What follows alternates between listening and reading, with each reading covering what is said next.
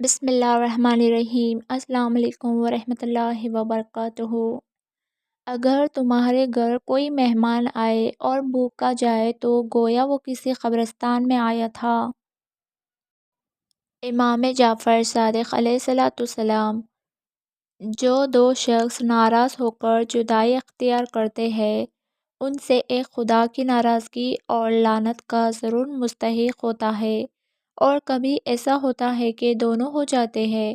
کسی نے عرض کی کہ اگر ایک شخص ان میں سے مظلوم ہو تو وہ لعنت کا مستحق کیوں ہے؟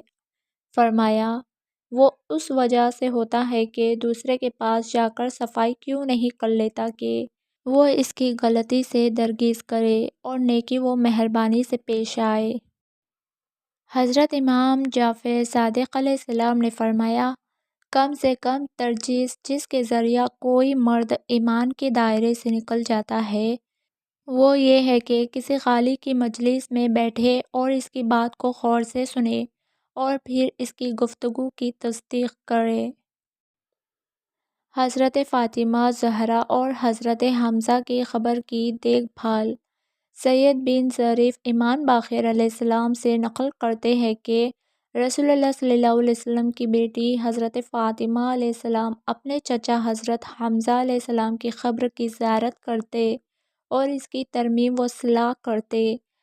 آپ علیہ السلام نے اس قبر پر پتھر لگا کر نشانی رکھی اور اسے مشخوص کیا تھا۔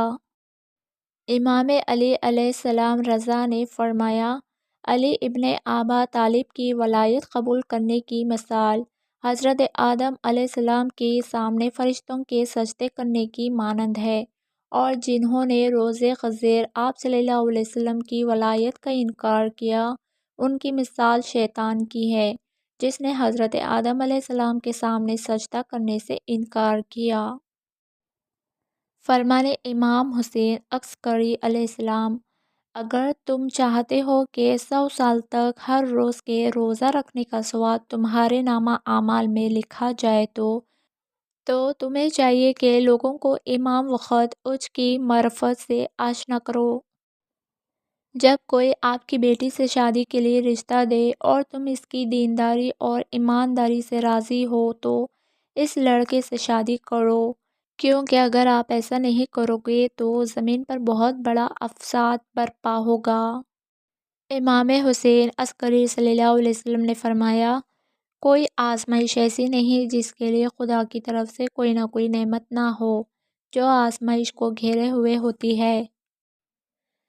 ایک وارث ہمیشہ ہوتا ہے، تخت خالی نہیں رہا کرتا۔ اے کاش آپ کے جاؤ تو لوٹو نہ پھر کبھی، مل جائے میری خاک بھی خاک شفا کے ساتھ۔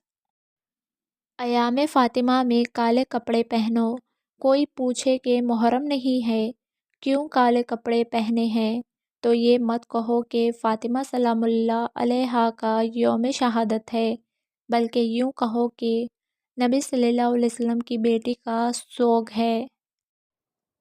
اے اللہ، امام مہدی علیہ السلام کے آنے سے پہلے ہمیں ایسا بنا دے کہ ہم مولا علی کی زیارت کے قابل ہو جائیں۔